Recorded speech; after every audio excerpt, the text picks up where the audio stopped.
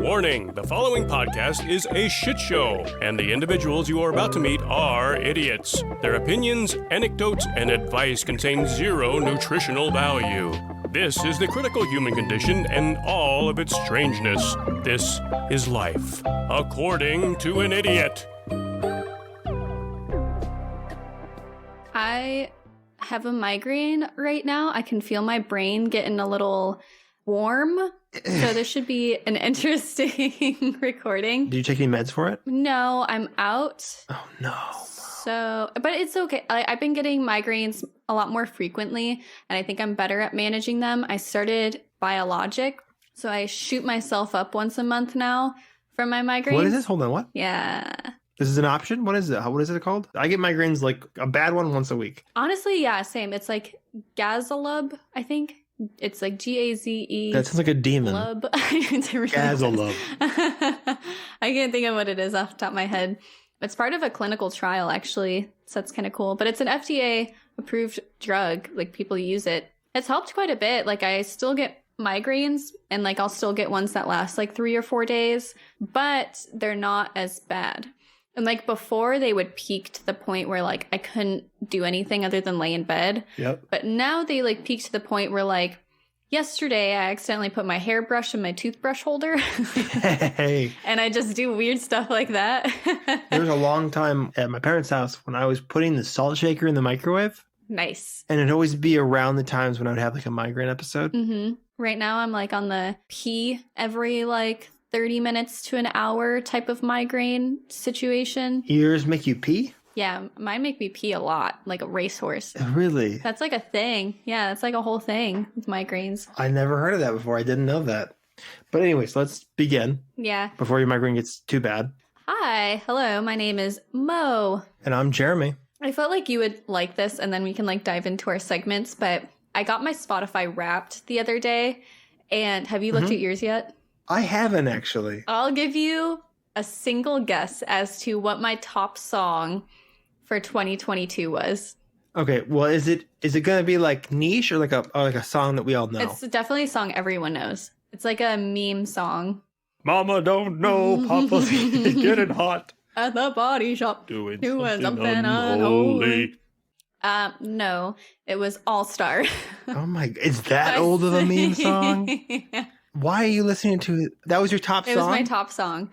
Because back, like, earlier this year, I had gone on a date with a girl. Mm-hmm. And we were, like, sitting at my car at one point. I was, like, going to drive her back to her car. And she was like, oh, like, I asked her, like, what she wanted to listen to. And she was like, you know, put on whatever you want. And so I took the opportunity to be chaotic and completely ruin the moment. So I put on All Star by Smash Mouth. Yeah. And I didn't realize that with Spotify, sometimes when you search a song and play it, it just plays it on repeat. And so we were like talking, and it took like the 6th or 8th listen before we were like, we've only listened to Smash Mouth this entire drive. And Spotify and my Wrapped told me that we listened to it 22 times in a row in a single day. I'm going to look at my Wrapped right now for you. All right, 2022 Wrapped. I listened to 1,300 artists. Holy shit. Artist of the year was Lumineers. Wow. Because they had an album drop this year, and I listened to the album all the way through several times. Nice. It was an okay album, if I'm honest. My top artist for like 3 years in a row was Hosier. God, he's so good. He's dropping a new album soon. Oh, really? He makes like Lord of the Rings music. Right. Which, by the way, for the first time, I finally watched the trilogy all the way through. Really? Did you watch the extended? No, I can't do that. Okay. Well, you get like half a point. Okay, that's fair. But I spent 40,650 minutes listening to podcasts. Holy hell. The only podcast I listen to is our own. Oh, really? Does that make me egotistical? My number one was Last Podcast on the Left, which is a great show. Nice. And the second one was the Art Bell Tape Vault, which I told you about that one episode. Yeah. I still need to listen to that. I feel like this is a good maybe transition into some Tinderellas. Because what do you love more when you're on a date with someone than listening to some music? That's right.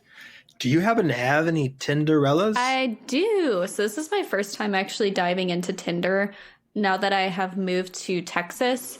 And honestly, like, I have to say, Because I did the same thing that I always do, which is to put it to men, which I don't usually look at.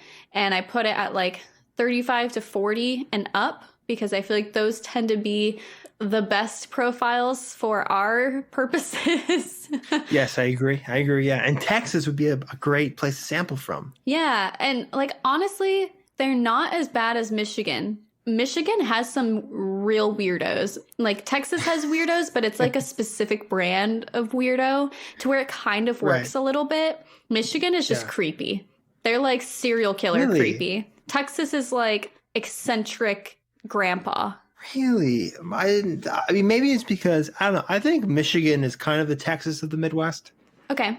Like, we're the most trigger happy. Mm-hmm. I think we're the most, like, I don't know. I think we have, I feel like Michigan would have a lot of serial killers. Yeah, I agree. There's that vibe. Like, there's people here, when they're weird, they're really weird. Mm-hmm. They're sort of like a militia weird. You know, like guns and conspiracies and stuff like that. Right, like you don't want to be around them. Yeah, but like Texas weird, it's like, that's kind of endearing, you know? Because Texas kind of has more character, I think. Yeah, I agree. At least like where I am. And I'm in like a major city, so... You're in the liberal part of all the cities in Texas are very liberal. Yeah, and not so much like conservative, which you would find in most other parts of the state, so... Yeah, because are they on Tinder? I don't even know, right? Like... Yes.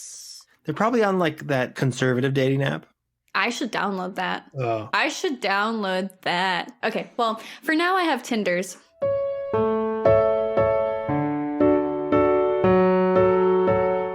Cinderella? Would you mind if I spread Nutella on her butt and ate it?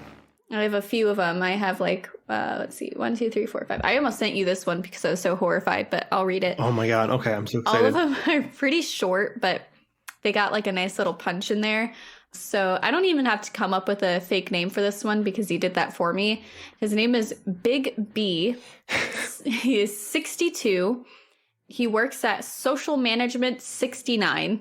That can't be real. Lives in Tampa. And his description is love life, great food, good drink, travel, and naughty, sexy women. Not in that order. What? This is what this man looks like.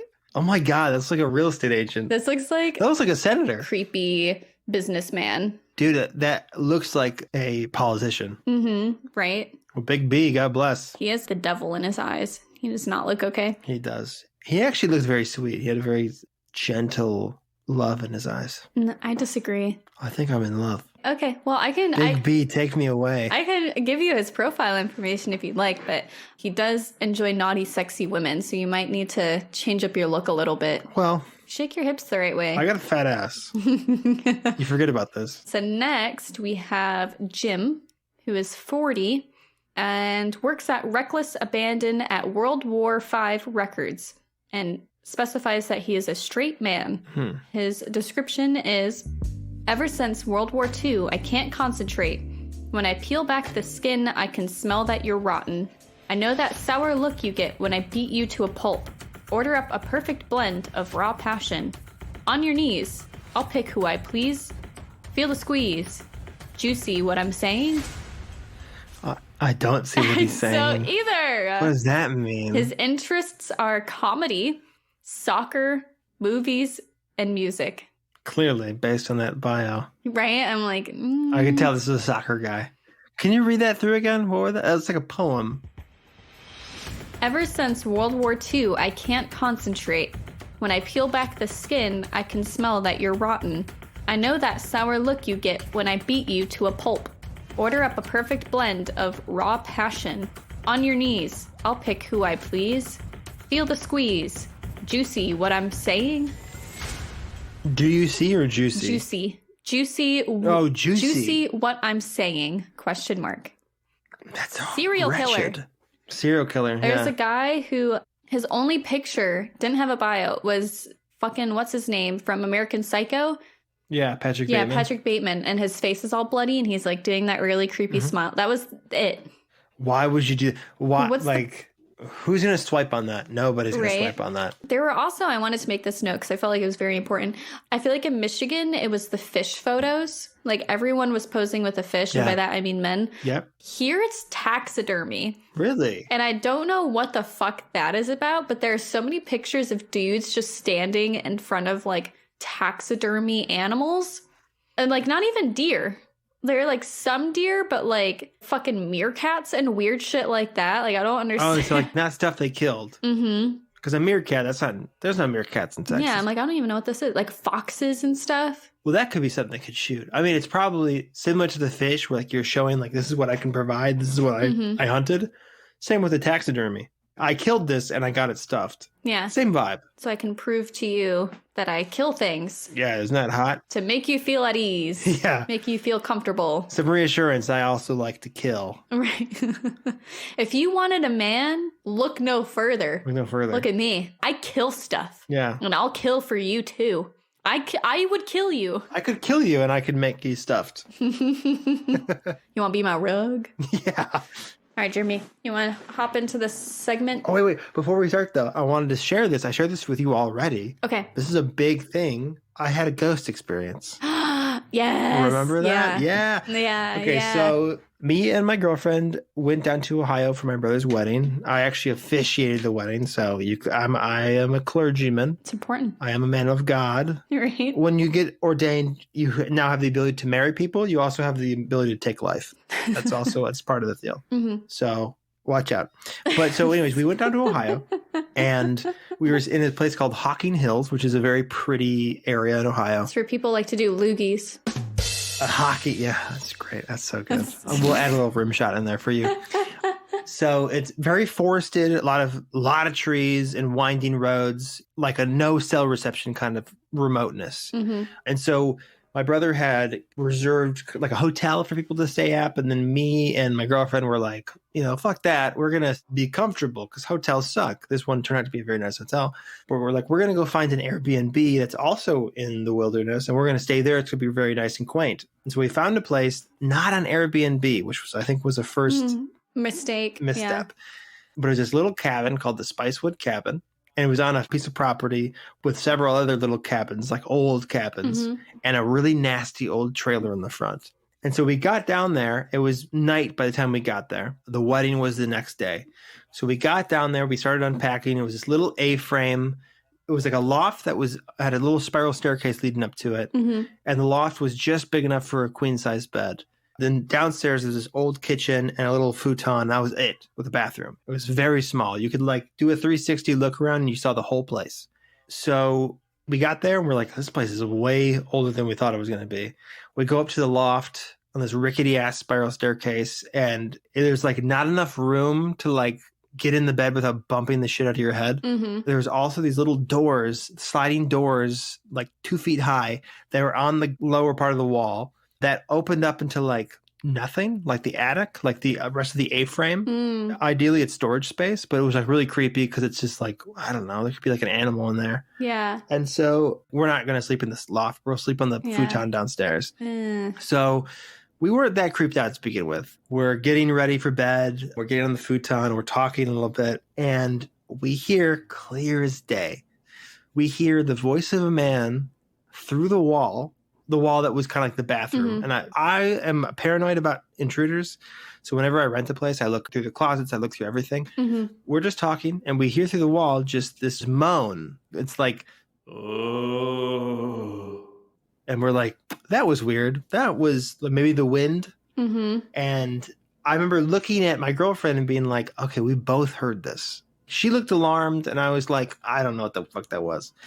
And then probably 5 seconds later, maybe 10 seconds later, we hear the same, like if it was a voice, it was the same voice. And it was a little bit different going, oh.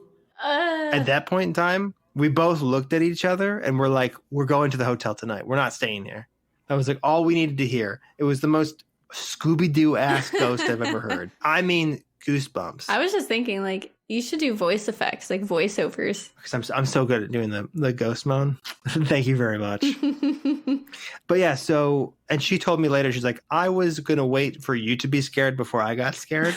And so That's cute. She gets on the phone with the hotel and she's like, hey, we're going to be coming tonight. I just start packing up our stuff. She had already set up everything in the little old bathroom that was in the house. So I go into the bathroom and I start packing stuff away really quickly.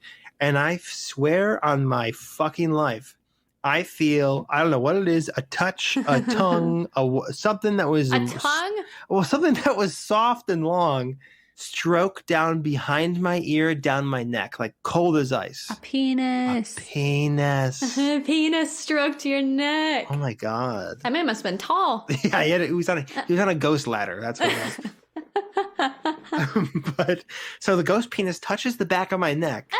And I mean, it's like ice cold. Like if an AC was just hyper focused on one little trail down the back of my ear to my neck. And I got goosebumps. You know how, like, there's a kink for using ice cubes? That's what it felt like, was an ice cube. Well, I mean, like, using an ice cube and then, like, using it on your lady. So what if this ghost took it a step farther and decided to make his whole dick icy and just, like, slapped it on your neck? I mean... Kink ghost. At least I'd be flattered. Which is not the reaction you should have when you are assaulted by a ghost or anybody else. But yeah, so once I felt that, I just started laughing. What the fuck? Because I was just like so nervous. This is unreal. This is completely unreal. Mm-hmm. So I start nervously laughing. I'm just throwing all of her stuff in her bags. I'm getting it out. We literally just run to the car. It felt like so much like a horror movie. Because my whole thing is like, what if we don't make it to the car? Yeah. It was so dark outside. I mean, there was zero light pollution. Like the only light we had outside was from our phones. That's horrifying. To find our way to the car. So we get to the car starts, and we have to drive through serpentine roads that are just zigzagging through, like, it was like in the middle of fall. So it was actually very beautiful driving up there because all the leaves were falling. Mm-hmm. But like pitch black down the roads, all you could see was like the 6 feet that your headlights threw down the road. Mm-hmm. Everything around you was this inky blackness. No. I don't know. I remember my heart was racing the entire time. And the whole time... We're trying to call people because we're like, so we got to tell people about this. That was unreal. We have to call people. But like we had no cell service, which made it more like a horror movie. Mm-hmm. We finally got to the hotel like 20 minutes later. I've never felt more safe in my life than like pulling up to that hotel and getting in. Do you do the thing where like you keep looking in the rearview mirror? Absolutely. Like something's going to pop up in the back seat? Absolutely. I thought someone was outside, like behind the car. Yeah. And like what was scary too is like the occasional house that you would pass by would have like Halloween decorations. So like your headlights would just be hitting nothing. Then all of a sudden like a skeleton. Oh my God. You're like, oh fuck, what is that? Oh, like a scarecrow. Mm-hmm. And you're like, oh, whoa. In the dead of night when you're already terrified, a raggedy old scarecrow is like the scariest thing to see. Yeah, that's terrifying. But I just wanted to share that. I'm glad that you did, because that shit is scary. And I'm like curious what some other of our viewers, like if they have any ghost stories. I would be very interested in hearing them. Email us at accordingtoanidiot@gmail.com. And we would love to read it. Absolutely. We can read it on the podcast, maybe even. That'd be awesome. That would be a lot of fun. If you have any kind of ghost story, even if it's a nothing story, email it to us. I would love just to read it myself, let alone read it on the show. Yeah. So we can talk about your ghost penis experiences. Yeah. Have you been sexually assaulted by a ghost like I have? I had one. I told you this story also after you told me yours, but I'll explain it here too. I had just recently moved, and I was convinced that my house is haunted because there had been like little things here and there, and like generally like some places you just get a bad vibe from, like an eerie vibe. Mm-hmm. And I kind of felt that about this place. Not necessarily bad, but it just felt like people were watching me kind of thing, but like watching me within my house. Ugh. And so I always felt like unsettled being alone in my house. So I didn't really do much about it. But there was one instance where I was sitting on my couch and I was ironically kind of reading banishment techniques. Mm-hmm. So I was like on this thread about witchcraft or whatever. Yeah. And the couch moved. Like it felt like someone had picked up my couch.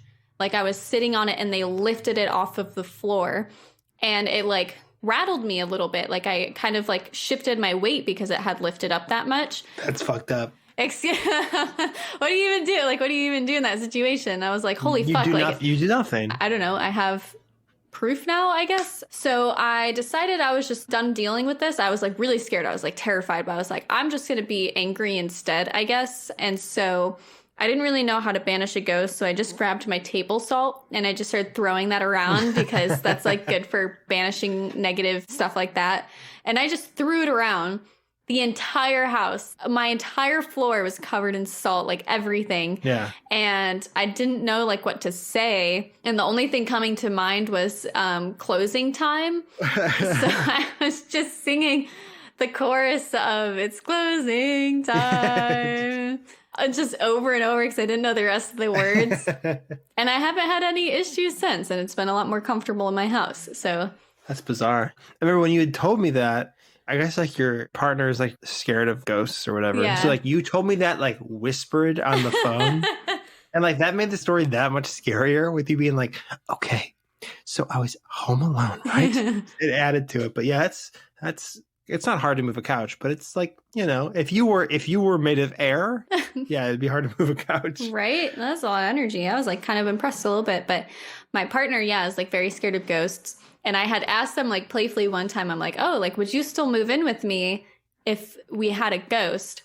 And they said no. They were like, no, definitely not. And I was like, fuck. Wow. I can never tell you this story. I have to keep it to myself. Yeah. Like maybe a month or so later, we decided to do like a full saging and stuff like that. And it's been feeling pretty good ever since. Because it was my closet. My closet in particular, I just was so uncomfortable with. And now it feels fine. I don't know if it's like mental stuff. It could be. But regardless, It's a really old house. Like how old? Years. Oh, years. Mine's only months. My house is from the 50s. I've never felt anything here. Some places are fine. Like most places I feel like are fine. But there's like, you know it when it's not. Yeah. Like you feel it. And I had never toured this place beforehand because I was moving out of state. So it was just like a FaceTime tour, and I was like, yeah, whatever, it looks good. And then I got here and I was like, yeah, interesting. I know cleaning carpets, I cleaned a lot of old houses, all kinds of houses, and there's a few houses where I didn't think it was haunted, but I was like, something is intrinsically off here. Yeah. I don't know if it's like black mold or like electrical interference can cause you to feel out of sorts, and so it could have been that. But there's a few houses that were really old that I cleaned, and I was like, this place, if a place was haunted, I think it would feel like this. Yeah. I would clean so fast because I'm just like, I want to get out of here. I do not want to be alone because like when you're cleaning a carpet, you're working backwards. You always have your back to something, to the door, to whatever. Mm-hmm. And that was always kind of unnerving. Yeah. Part of this plays into my own personal theory of ghosts, which is that the actual like spirit ghost isn't what we think it is. It's actually the energy from a parallel universe, like an alternate timeline. And that feeling is kind of leaching over into our reality. Or like they're seeing you too. They're feeling you as well. Like a great story I heard, I can't remember where I heard it. It was some radio show or something. It was a story of this grandmother. She was watching TV and like knitting or something. Mm-hmm. And as she's watching TV, she sees 3 dark shadows run into the room, stop and stare at her. And then she's shocked. She just lets out a gasp. Mm-hmm. And when she gasps, they run out of the room. And she's like, wow, I saw something supernatural. I saw something bizarre.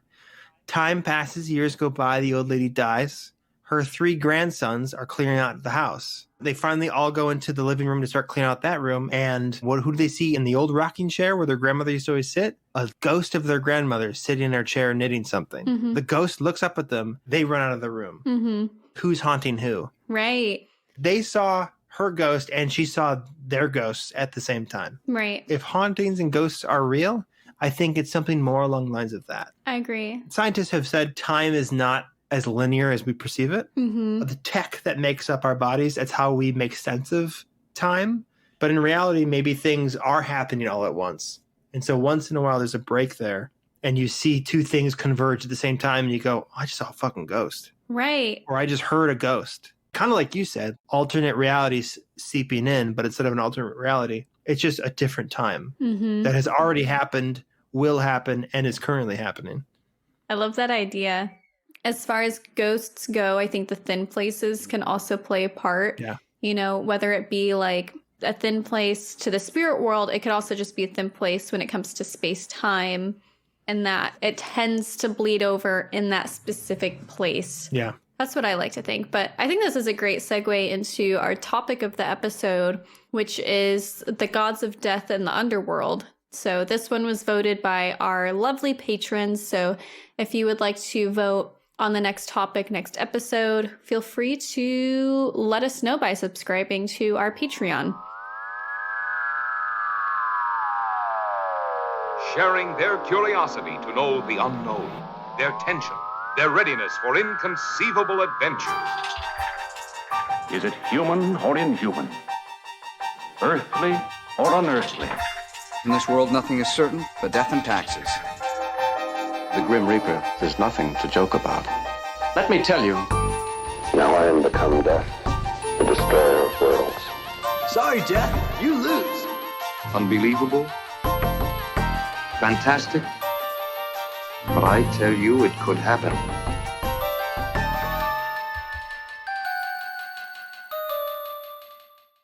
What do you think about death?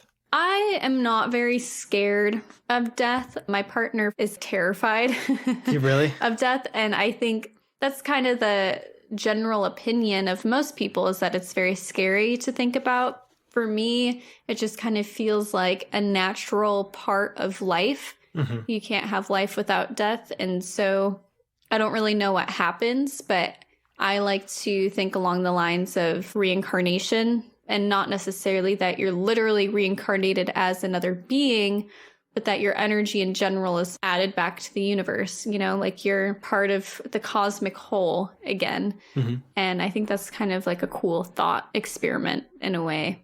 I think it's probably healthy to not be so afraid of death. I will sometimes get tripped up at night in bed, especially if I'm like high or something. Yeah. This happens so many times I can't even count.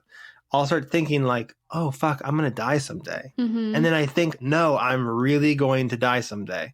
There's so many things that we say in life. We're like, oh, yeah, someday this is going to happen. Mm-hmm. And you don't think like, no, it's going to happen. Like it's going to actually, you're going to have to deal with it for real. Mm-hmm. And like with death, nobody's come back to tell you what it's like. Yeah. Nobody knows what you don't know what it feels like. Nobody can coach you through it. You're doing it alone. Yeah. Sometimes you know it's happening, and sometimes you have no idea you died. That's what scares people, is this idea that it's such a mystery, because like every human dies. So how many people have fucking lived before us? Yeah. So many. Billions? Billions. The majority of people who have ever lived are dead. And yet we don't know, we don't have a report on it. We don't know what's there. Mm-hmm. If anything, I tend to believe that nothing happens after death. I think that like in reality, it's probably like a long sleep. When you fall asleep, you don't really know you're falling asleep, but you kind of have an idea. Mm-hmm. Your thoughts get a little bit more murky until eventually you're not really thinking words. You're just thinking last and last, and the lights kind of go out and you fall asleep. Mm-hmm. I don't know. I just think it's probably like what it was before you were born, what you don't remember. And that's what always freaks me out if I'm like way too high. I think about that kind of stuff. And I think like, what will it feel like after I'm dead, in the sense of like, what did it feel like before I was born? Damn. It didn't feel. It didn't, like, there isn't a sensory, and like we only live through senses. Mm-hmm. So like I can't even rationalize that in my head. I just go, I guess I got to trust the process and know that it's going to happen. Yeah. You know, not to get too deep on the matter, because we're going to be talking about stupid shit, but I mean, like, everybody goes through it. Everybody will go through it. Everyone has somebody they loved who has gone through the process, who has died. And like, there's no closure on it, really. Now, if you're religious, there is closure. If you're living, there's no closure on it. Exactly, because I can only talk about and for the living. Right. Because there's such a divide between the living and the dead that there's nobody alive that can talk for the dead, in my opinion. But yeah, so there is this inevitability about death, which is where I actually wanted to open up this episode with reading this story. It's called The Appointment in Samara.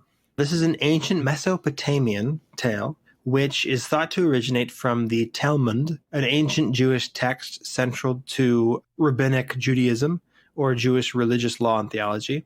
The story spread to other cultures, it seems, with variations found in early Islamic literature as well. The tale was again popularized, this time to a more modern audience, by an English author named William Somerset Maugham, who published a retelling in 1933. And so what I'm going to tell you is that version that I found. Okay. So here it goes. There was a merchant in Baghdad who sent his servant to the market to buy provisions. And in a little while, the servant came back, pale and trembling, and told the merchant, "Master, just now when I was in the marketplace, I was jostled by a woman in the crowd, and when I turned, I saw it was Death who had just jostled me. She looked at me and made a threatening gesture. Now lend me your horse, and I will ride away from this city to avoid my fate. I will go to Samarra, and there Death will not find me."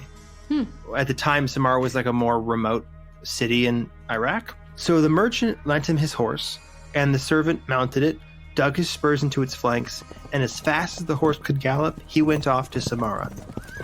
Then the merchant went down to the market himself and saw Death standing in the crowd. He came to Death and said, "Why did you make a threatening gesture to my servant when you saw him this morning?" "That was not a threatening gesture," said Death. "It was only a start of surprise. I was astonished to see him here in Baghdad, for I had an appointment with him tonight in Samarra."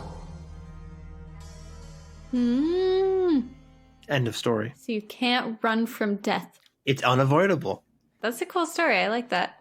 Yeah. Just in the topic of like cosmic order and things like that, because I think a lot of people tend to see the afterlife in like a Christian point of view, where there's like a heaven and a hell kind of thing. But that's not always the case. Like a lot of other cultures don't always see it that way. Like it's an unavoidable part of life, but it is like a part of life. And I kind of focused on ancient Egypt and like Egyptian point of view of the afterlife, because I feel like they have a really interesting perspective and way of honoring the dead. So I kind of wanted to dive into that and dive into specific Egyptian gods. So the Egyptians believed the ultimate evil in the world wasn't death, but it was chaos. In Egyptian mythology, it's kind of based around maintaining a cosmic order to things and keeping chaos at bay. And that helps to keep evil at bay. So like when someone died, their spiritual body would continue to exist in the afterlife, similar to the living world, but the afterlife wasn't always guaranteed either. So the dead would have to face a journey and a final judgment before getting access. The Egyptians had different ideas, like each part of the body, part of the soul kind of represented different things.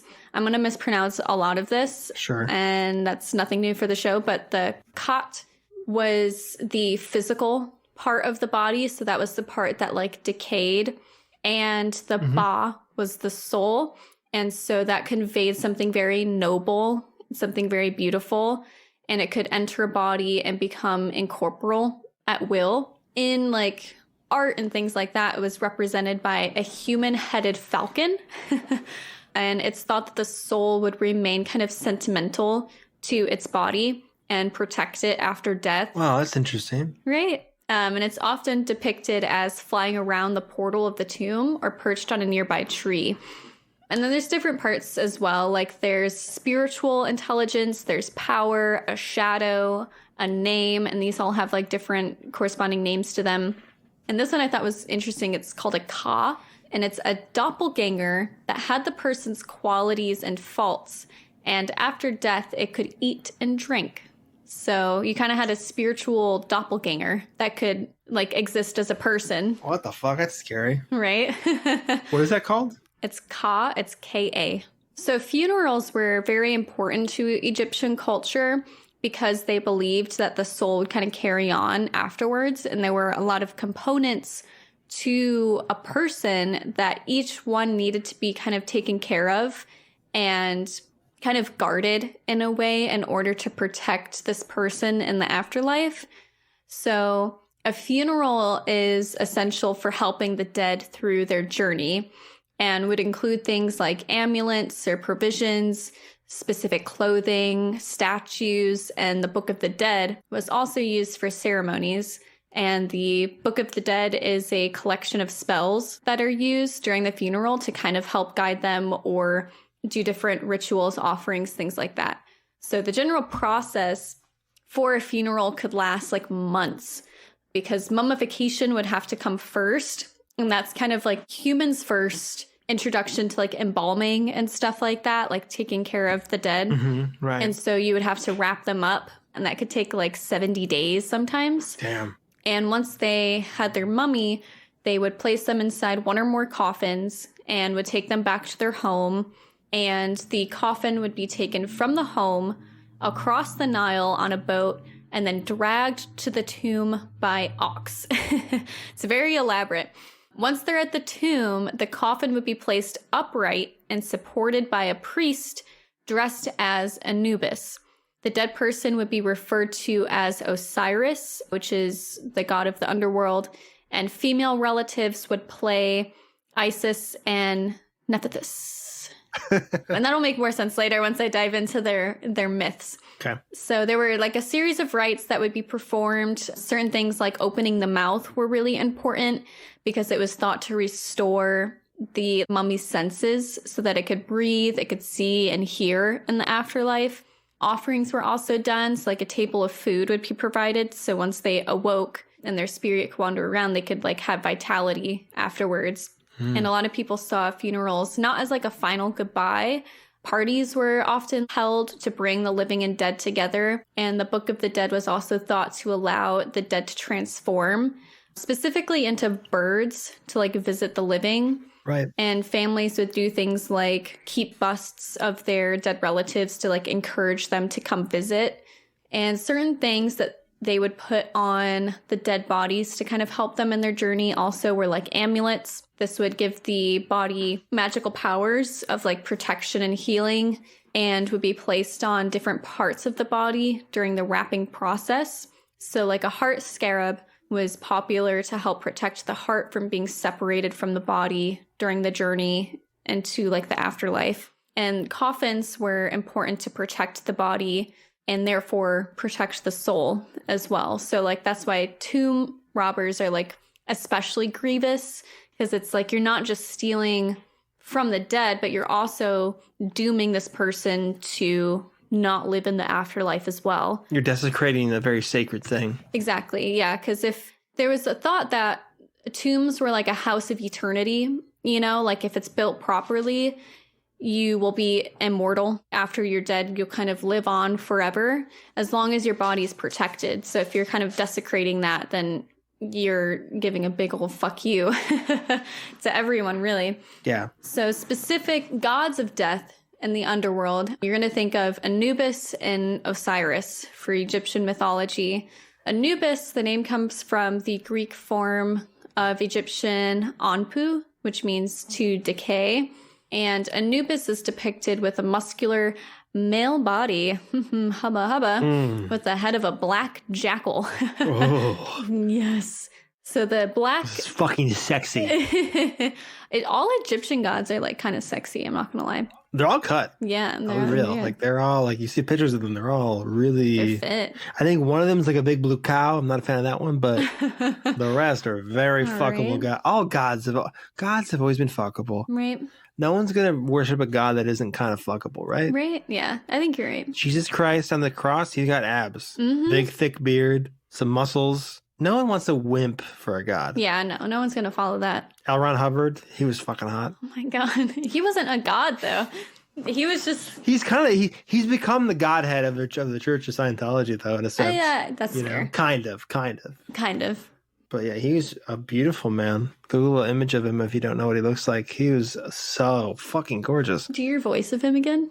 You do like a decent impression of him. What's a phrase he has said or would say? Maybe like performing a ritual to create the Antichrist. Yes, He did that. You see, the Antichrist, you gotta talk with your teeth. Yes, the Antichrist was a very good man, and it was Zeno. That's what he goes. Zeno, he had bombs, you see, atomic bombs that he dropped in volcanoes. Oh my God. I fucking hate how. First of all, I hate him. How he looks. His teeth very much trigger me. He's got these teeth that look like a bunch of. It looks like somebody took a bunch of teeth from different people and put them in one man's mouth. Oh God, he's a fascinating man, but in the same sense, he's like very uninteresting. Yeah, you know, it's just like one crazy man who got way too much attention. Yeah, it just worked out. He just once in a while. It just works out for somebody. Yeah. You know, you don't need to have this or that. He didn't even have that much money when he made.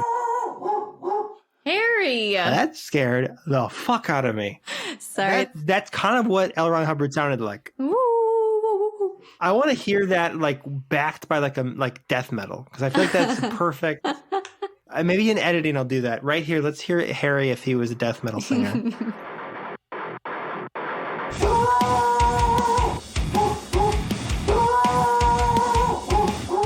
Oh my God, wow. Yeah. Talented boy. Wow. Great. So good, Harry. That was a fantastic music. That's how angry he gets when the neighborhood kids are playing outside. Those fucking kids. Oh. I forgot what we were even talking about. Oh, Anubis. So yes. Anubis has this muscular male body, and he has the head of a black jackal. Mm-hmm. The black is thought to symbolize the decay of the body and the fertility of the Nile River's soil.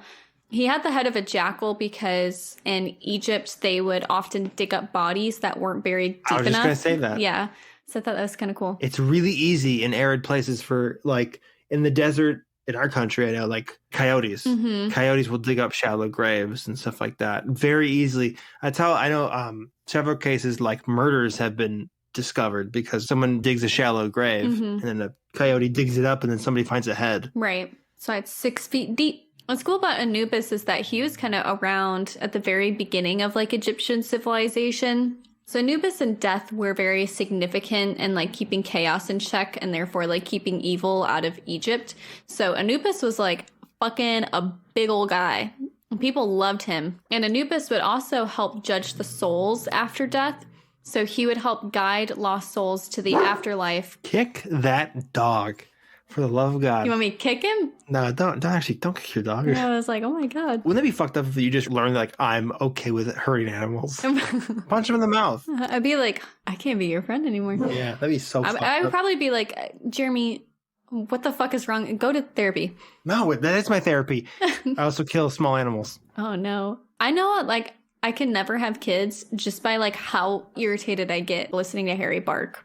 Dude, I've thought the same thing. The amount of times that I've thought like, man, if I could, I would love to punch my dog in the head right now by how much he's barking.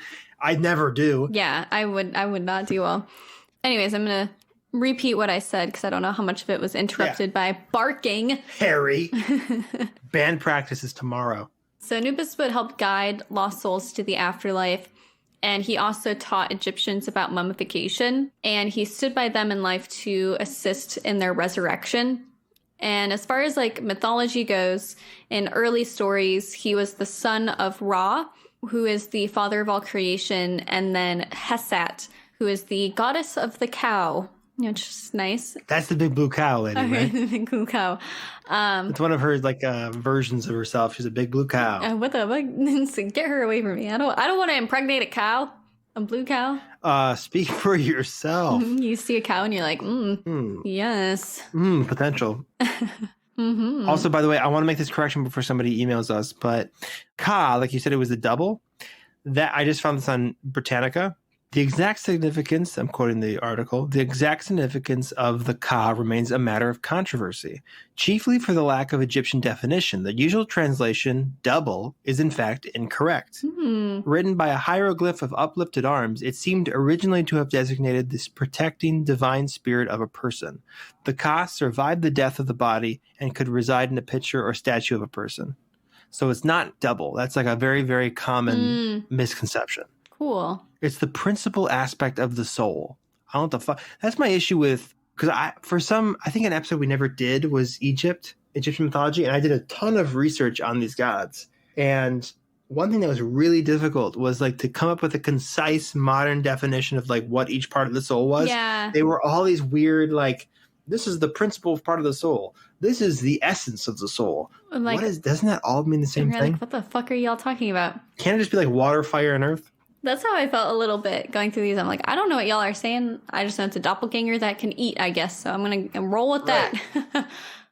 This part of the soul is responsible for boners. This one's responsible for drinking water. Right? I'm like, okay, cool. Whatever, I guess. I'll tell people that en masse. So yeah, that was like the original stories of Anubis. He was later included in the Osiris myth and was said to be the son of Osiris. And he's commonly seen standing with Osiris, Thoth, and others weighing the heart and soul in the Hall of Truth in the afterlife. And who's Osiris? Osiris is now the god of the underworld. Anubis was originally, but then he was kind of booted because Osiris got more popular. Okay. So now Anubis is like the god of mummification and stuff like that. Okay, he got demoted. He got demoted a little bit because Osiris had a cooler story. So they were like, let's go with Osiris. And then he got sent down to middle management. Yeah, basically. So the heart is said to record all the good and bad deeds in a person's life. And it's needed for judgment in the afterlife. So after death, the heart is weighed against a feather of Mot, who is the goddess of truth and justice. And we talked about this a little bit in the astrology episode when it got real, like, at the end. So the Hall of Truth is a hall where there is a line of souls who are awaiting judgment. And while waiting, the souls are attended to by goddesses like Quebet, not Quebec, but... Quebet. Not Quebec, but Quebec. Yeah. Who is the daughter of Anubis. And I thought it was really cool. She's the personification of cool, refreshing water. So if they were... Aquafina. Aquafina, the goddess. So if they were deemed not just, they would be eaten by the goddess Amimet, who has the head of a crocodile, the body of a lion, and the butt of a hippo. The butt. Mm-hmm. And not survive, so they would die because they were eaten by a hippo butt. Hippo ass. But if a pharaoh was deemed just, then he would become one with the god Osiris, because pharaohs were thought to be like godly in themselves. It's because they were just rich kids. Basically, yeah. You know, like a pharaoh, it's like the king. It's like you immediately are more holy because you were born into like a rich bloodline. Right. It's whatever. Eat my ass. Eat my hippo ass. Eat my hippo ass. Fucking King Tut. Got him. So the Greeks kind of associated Anubis with their god Hermes, who guided the dead to the afterlife. And the Osiris myth eventually became more popular. So Anubis became god of mummification and Osiris became the god of the underworld. And Osiris is like the embodiment of fertility, dead, and resurrected kings. He is shown as a green-skinned man with a pharaoh's beard and mummy-wrapped legs and holding a crook and flail. So if you see like the guy with his arms crossed across his chest and he's green and his legs are all wrapped up, that is Osiris. The myth that took over Egypt and made him way more popular is that Osiris was a king of Egypt, so he was a pharaoh, and he was slain and drowned by Seth. Just a man named Seth. Just a man, Seth. And he was a bad man. No one liked Seth. And Seth hated him so much, he tore his corpse into 14 pieces and flung them all over Egypt. Eventually, Isis and her sister Nephthys, which are the ones in the funerals, found all the pieces and buried them because burying is very important, except for his penis. Hell yeah. Scientists are going to need this. Right. Well, she had sex with it, I'm assuming, because she had a child from Osiris with his penis and birthed Horus. What an underwhelming name. Right, Horus. So Osiris, because he had died, remained in the underworld, but was alive because his penis survived and had a son. So he remained in the underworld as a ruler and a judge. Can you imagine being raised by your mother and your dead dad's penis? Family outings would be so rough. This is your father. This is my dad. It's the only alive part. It's just a talking penis. So the vengeance, the good part of the story, comes from Horus, the son, grew up and fought Seth for the throne, and he won. Woo! Woo! Big victory. He restored Mot, the cosmic and social order, and restoring peace and kicking out evil in Egypt. And everyone loved this story so much that the cult of Osiris, it's literally a cult, got to be big, and it was said that if you followed it, he would renew your life in the next world and through your descendants on Earth. So basically, you would be reincarnated as one of your descendants. And there were like festivals all across Egypt worshiping this guy. And he eventually became known for the cycles of nature also, like sprouting vegetation and the flooding of the Nile. Okay, that makes sense. It's like a life process. Yeah. So kind of related to that, I looked into, while you covered the gods of death, I covered, like, in a sense, lesser gods of death, meaning like folk figures that represented death. Okay. Similar to what I was talking about before, I forgot I'd written this down. It's estimated that around the world, roughly 178,000 humans die each day, which is, globally, it's actually 7,400 an hour. Okay. But on the kind of bright side, the most common cause of death by far is complications from old age. That's nice. So you don't need to worry about getting exploded. Yeah. I mean, you should be worried about exploding because you're going to fucking explode. Spontaneous combustion. You should be afraid to drive. You should be afraid to leave your house because you will die outside. Spontaneous ejaculation is also... Spontaneous ejaculation is the best way to die. Mm-hmm. Theoretically. I can't segue out of this. So anyways, ignoring that. For most of history, humans have struggled to reach a consensus on the exact definition of death. Once defined by the absence of a heartbeat or ceasing to breathe, medical advancements such as defibrillation and CPR have proven that both functions can be restarted to prevent actual death. Even the absence of functioning hearts and lungs can be remedied with life support technology, if only for a finite amount of time. Therefore, today, medical experts like coroners define death by the end of brain activity, or brain death, also called biological death.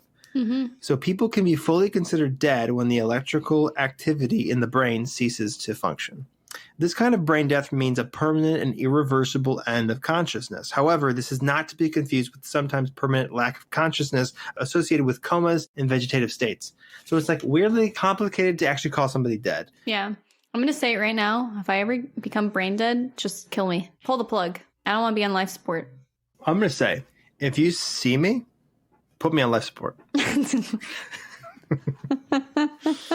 Just a little counterpoint to your point. So this definition of like biological death is still challenged by some circles in science and medicine. So it's kind of a never-ending war on what death means.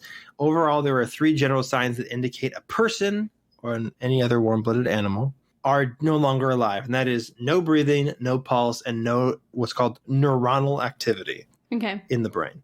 Anyways, fun little history part I wanted to add in is premature burial.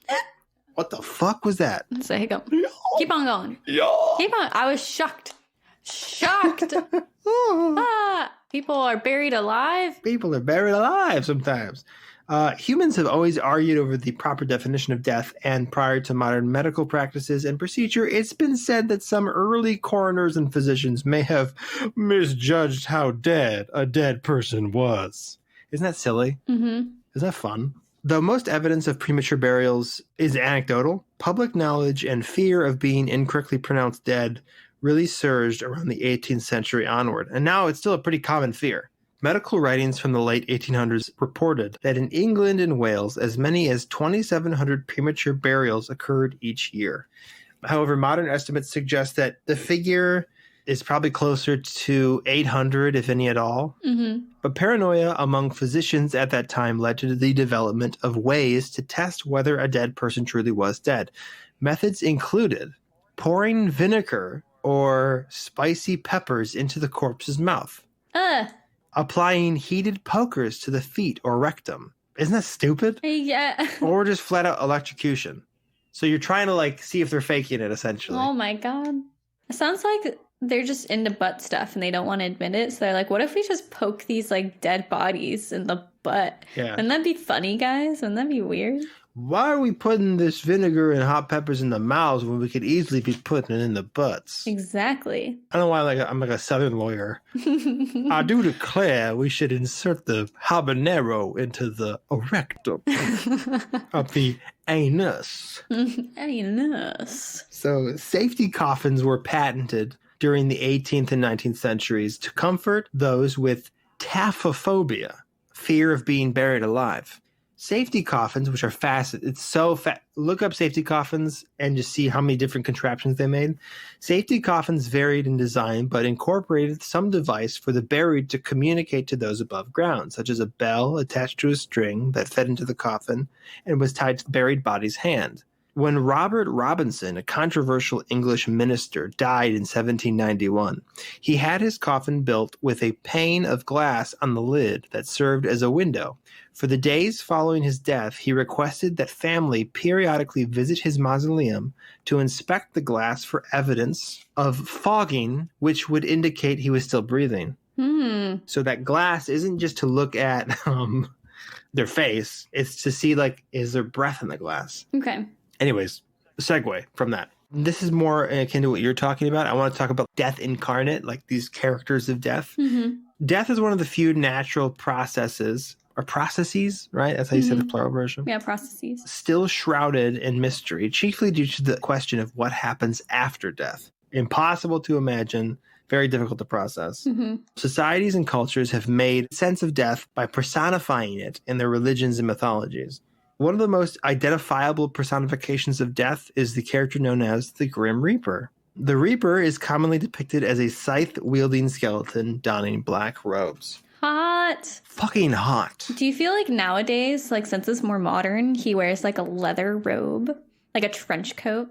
For sure. A trench coat, and I think if he just wore like a leather like gimp uniform, what are those called? Costumes? What the fuck are you talking about? Gimps, like BDSM? Oh. Like a leather daddy? Yeah, like a collar and stuff. Assless chaps. But he has no ass because he's just a skeleton. It's just bone. That's badass. He definitely straps. You know what I mean? Well, because he doesn't have... He can't do anything else. He can't do anything else. He can't feel anything. He can't even eat. He can't even eat anything because it all falls through him. All right. That's so sad. For him. Right. It's very sad. The Grim Reaper was viewed as causing the death of the deceased individual by coming to collect their soul. Other versions of the Reaper paint him as a psychopomp. Okay. A supernatural figure such as a spirit, demon, or angel who has no control or impact on the cause of death, but simply serves to escort a person's soul into the afterlife. So let's talk more about different kinds of Grim Reapers. A lot of these death figures follow the skeletons with scythes trope. Right, yeah, kind of symbology. We have San La Muerta, a folk saint born from a syncretic religion formed in South America, which mainly in like Paraguay, parts of Argentina, and Brazil, after local peoples had been influenced by Catholic missionaries, fusing aspects of Catholicism with their pre-existent polytheistic religion. San La Muerta, or Saint Death, is depicted as a male skeleton holding a scythe. So, next on is Meagerhein, also known as Peter the Death. Okay. This is the personifications of death in the Netherlands and parts of Belgium. Other names include Hein, Uncle Heinrich, Beenderman, which means bone man, Scherminkel, which means very thin person or skeleton, and Ma-man, or Mo-man, which refers to his scythe, which mows grass. Mo-man! Mo-man! Hey! There's Mo-man. Hey! Peter the Death predates Christianity, but its modern image as a robed skeleton with a scythe likely came about after the culture adopted Christianity during the Middle Ages. Inspired by a famous Middle Age allegory, The Dance of Death, which featured dancing skeletons, this is a mural you can actually look up. The imagery was meant to remind people that we all end up in the same shape, which is skeletal, and in the same place, which is a graveyard or the ground. And in this image, you see like images of a skeleton priest, a skeleton lord, a skeleton peasant, a skeleton child, all dancing around a grave. A skeleton whore, a skeleton stripper, a skeleton car, a skeleton house. I guess at the time, this is a pretty impactful, disturbing mural for people to look at, this or image concept. Moving to Poland, Śmierć. So in Polish folklore, death is a skeletal elderly woman in white robes. Ew, women. Death figures are also presented as female in French, Spanish, and Italian cultures. I think it makes more sense, like in terms of folklore, to make death a woman because like women bring life. So it would make sense that they would bring death as well, you know, especially an old woman because it's like grandma. But I feel like men are always the ones killing people. So maybe it makes more sense to have men be the killers. Bring the death. No. What? Stop. Hold on. I'm a man, so I'm not going to agree to that. I'm closed-minded, and I don't like that. Women are bad. Women are evil. Women are only a couple things, you know? Right. They can't handle much more. You can't give them too much more of a role. Right. They can only give life, they can give sex, and they can be a virgin. Give food. They can bake your food. Yeah. That's all they can do. Look at that. Men can't do that. No, men can't do that. Yeah. Men are too busy building empires and computers. And thinking. And thinking. For the rest of society. Thinking for everybody else, which is why we're where we're at. Moving on to the plague hag, also known as Pesta. I'm sure that has some other pronunciation, but I'm going with Pesta. I love pesto. It's the feminine version of pesto, yes. This is the Scandinavian death figure originating during the time of the Black Plague. Okay. As you can imagine, something like that would change how we see death. Like this big plague thing, all of a sudden that is death. Taking the form of a haggard old woman in a black hood named Pesta, meaning plague hag. Pesta was said to wander from town to town carrying either a broom or a rake, and if she came carrying a rake, it meant that some of the townspeople would survive the plague. But if Pesta arrived with a broom, that indicated that all inhabitants would die at the plague. Ooh. I think it's because there's little spaces between a rake, you see? And that can't get everything. It just gets most things. Right. Now, a broom, that's picking up everything off the floor. I know you're joking, but that's probably literal. That's probably what they thought. It probably is. You're probably right. Yeah. You're probably right that I'm right. And she comes with a Swiffer wet jet. You're fucked. Everyone's going to be fine. What? Everyone's going to be fine. Those things pick up everything. It's going to hold on. First of all, Swiffer is not a sponsor. Do not encourage people to buy their products. Although I will say it does pick up everything.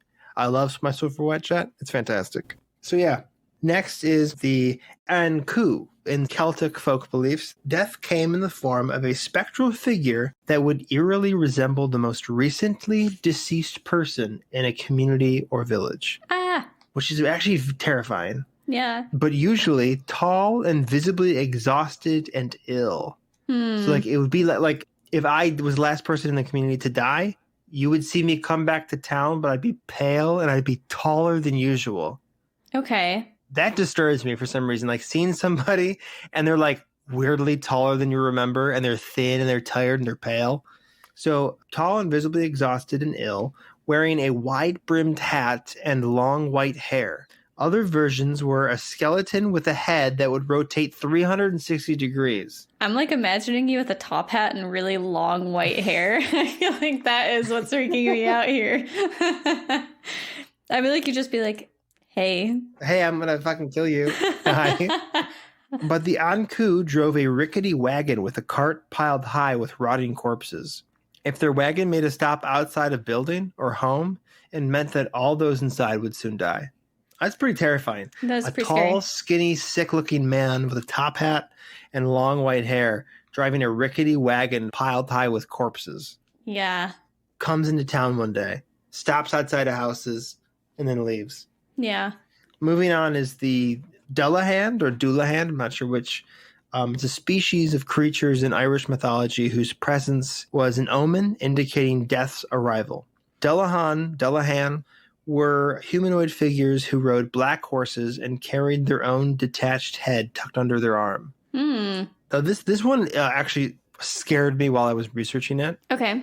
So it's these like weird human-looking things. They all have black horses and no head with their actually severed head tucked under their arm like a football. Like they carry it around like that.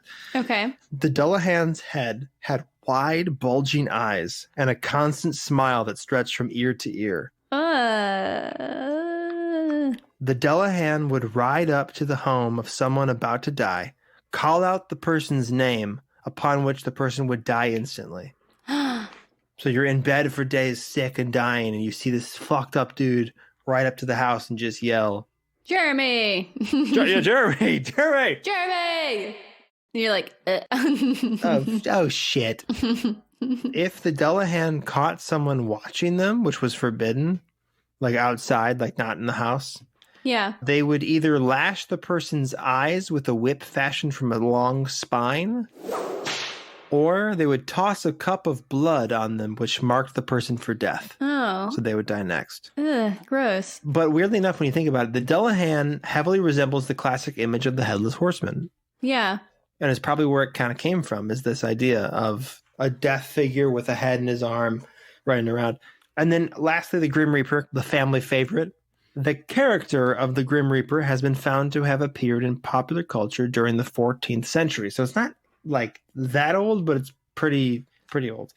The ongoing devastation from the Black Plague likely contributed to the Reaper's creation. The Black Death ravaged Europe between 1347 and 1351, and the plague would reemerge several times after that, which is why we know it caused so much devastation. Mm-hmm. But this took more lives than any wars or pandemics before it. So more than ever before, death was on everyone's mind. But why does the Grim Reaper look the way they do? So let's break it down piece by piece. The skeleton, obviously symbolic of death, the final stage of the body's decomposition. Yeah. The black robes are thought to be a reference to the black priest robes that clergy members commonly wore for funeral services at the time. Mm-hmm. The scythe, a common image from the agricultural practices of the era.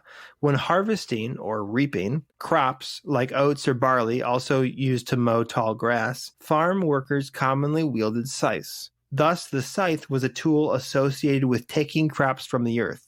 And when you think about it, when we die, we are taken from the earth. So it's kind of a very common image, which became a symbol. The Grim Reaper has been depicted as a modest guide who simply ushers the deceased into the afterlife, or a menacing, literal entity of death who is responsible for one's death, with some depictions showing them to be capable of killing a person by simply touching them. Oh, okay.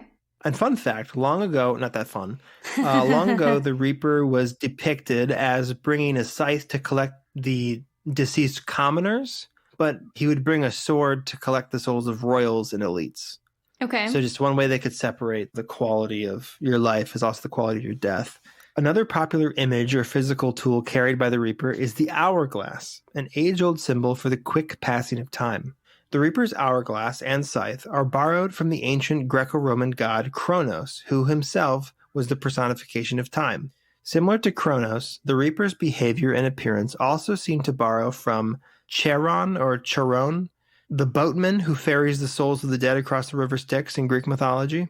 The Reaper is sometimes depicted in folk tales and modern storytelling as offering mortals an escape from death through a game of wit, like a complex riddle or a game of chess. It became people trying to either gain immortality or defeat death, like to avoid death for another day. Mm-hmm. It's kind of borrowed from the old storytelling mechanic of challenging the devil to avoid death or to avoid hell or whatever. Right. Similar to the song, The Devil Went Down to Georgia. Yeah. The devil challenges him to play the fiddle, and I think he wins. Yeah. I want to get to the point of violin where I can play that song. It doesn't look all that difficult, but I don't know. I'm still like maybe 2 months in, so I could just have a lot of hubris. You're making progress, so you'll get there. Yeah, eventually. Around the late 1800s into the early 1900s, the Grim Reaper was imagined as serving as conductor on his own ghost train, possibly due to the popularity of locomotive travel and death being visualized as your soul traveling to the afterlife. Mm-hmm. It's likely a modernized take on the underworld ferryman and the classic imagery of death riding an ominous black carriage. Cool. Which is why we see death as driving an airplane now. Yeah, we still see death as the old version, but I mean, I think it's just because that's aesthetically really cool. Do you think we'll ever get like death on a spaceship? That would be crazy. That would be really cool. That'd be really cool of us. That'd be badass. Heavens in space, motherfucker. Let's go. That's cool. I love, like, I don't know, learning about death and folklore attached to it and mythology attached to it. Because it is, like, something that we don't really know much of anything about. And I think it's, like, one and only things left where we can really, like, speculate in a folklore type way. Like death. Yeah. And I think ghosts, stuff like that we can. And I like to treasure those things. The small things we still get. Yeah, the mysteries in life, man. There's not many left. Right. You know, we're finding out a lot of stuff with science and progress of time, there's not many big question marks that are like undeniable question marks. Right. I would say death might be one of the only ones. Death and maybe like life outside of our galaxy, you know? Yeah. Our solar system. So what do you think is your, I guess not what do you think, what is like your opinion on death? Because you asked me, but you never really answered it yourself. I think that I want to not be afraid of death. Mm-hmm.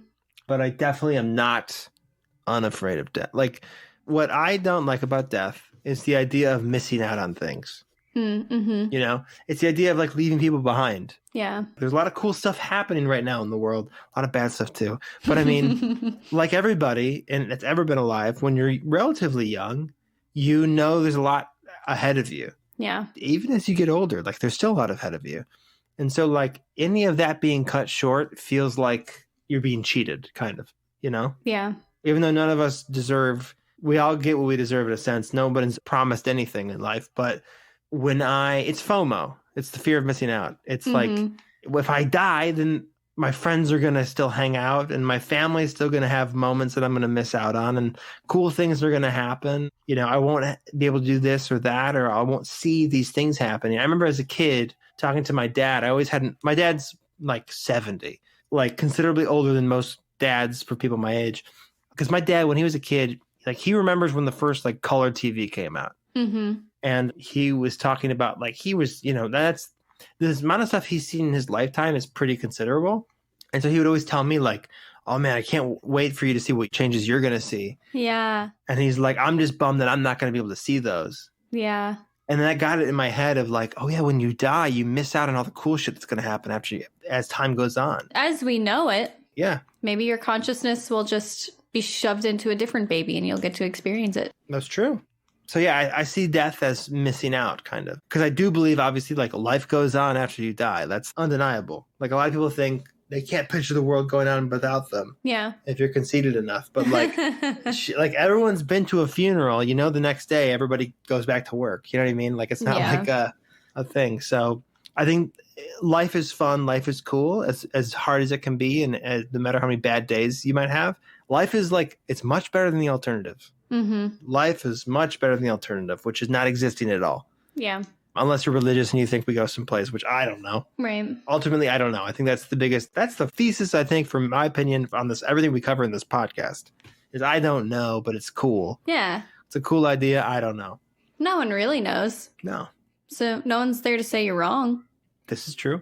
Well, thank you guys. Oh, we got to do good vibes. Oh, good vibes. Yeah. My good vibes are the fact that we're all here. And we're all here together and we're experiencing this moment together. I'm going to piggyback off of that and say, yeah, we're all alive right now. None of us are dead. So those who are dead and listening, speak up. Right. Let us know what the hell's going on. We can't fucking hear you. Yeah. Act for the back row. That's what they say in theater. Hey. Act for the back row. Speak up. Tell us what's going on, ghosts. Yeah. What's after this? Is it just more of this? But also, like, leave me alone. Yeah, but also, leave me alone. Don't moan when I'm renting an Airbnb, and don't lift up Mo's couch. Yeah, that was not cool. I didn't like that. Quit it. That's not what we want from you. Stop it. You're not contributing. But, like, if I take a shower and the mirror is all steamy, you can, like, write a message in there maybe and be like, it's fine.